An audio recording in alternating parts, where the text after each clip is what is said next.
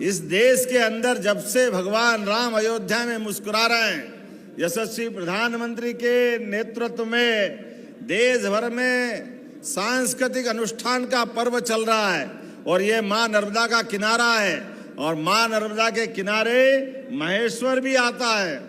महारानी अहिल्या माता ने 300 साल पहले अपने सुशासन के माध्यम से एक एक देवस्थान पर, यद्यपि उनका साम्राज्य तो छोटा था लेकिन मन की उदारता इतनी बड़ी थी कि देश के सारे तीर्थ स्थान, और उस समय जबकि मुगल सत्ता थी लेकिन मुगल सत्ता के बाद भी अगर बनारस में बाबा विश्वनाथ मुस्कुरा रहे हैं तो वह अहिल्या महारानी की देन है, हमें इस बात का गर्व है।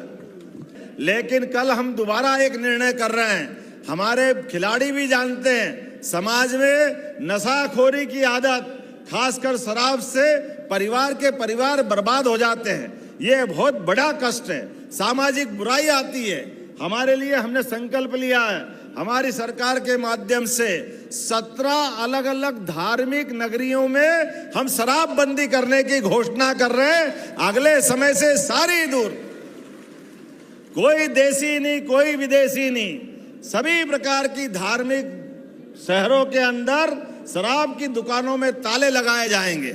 ये हमारे उस संकल्प की पूर्ति करते हैं जिसके आधार पर हमने अपनी सरकार को चलाने के लिए निर्णय किए।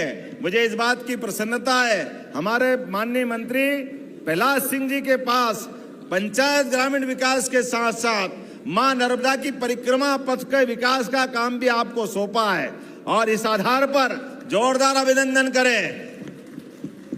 आने वाले समय में समूचा नर्मदा परिक्रमा पथ सभी प्रकार की व्यवस्था जुटाते हुए सभी नर्मदा परिक्रमा वासियों के लिए आराम करने का छायादार स्थान, जहां व्यवस्था होगी वहां अन्न क्षेत्र, स्नान करने के लिए घाट, सभी प्रकार के जो एक यात्री को आवश्यकता लगती है।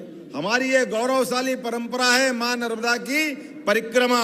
हमें इस बात का गर्व है, आने वाले समय में ये सारी व्यवस्था जुटा करके मां नर्मदा का आंगन भी हरा भरा करेंगे।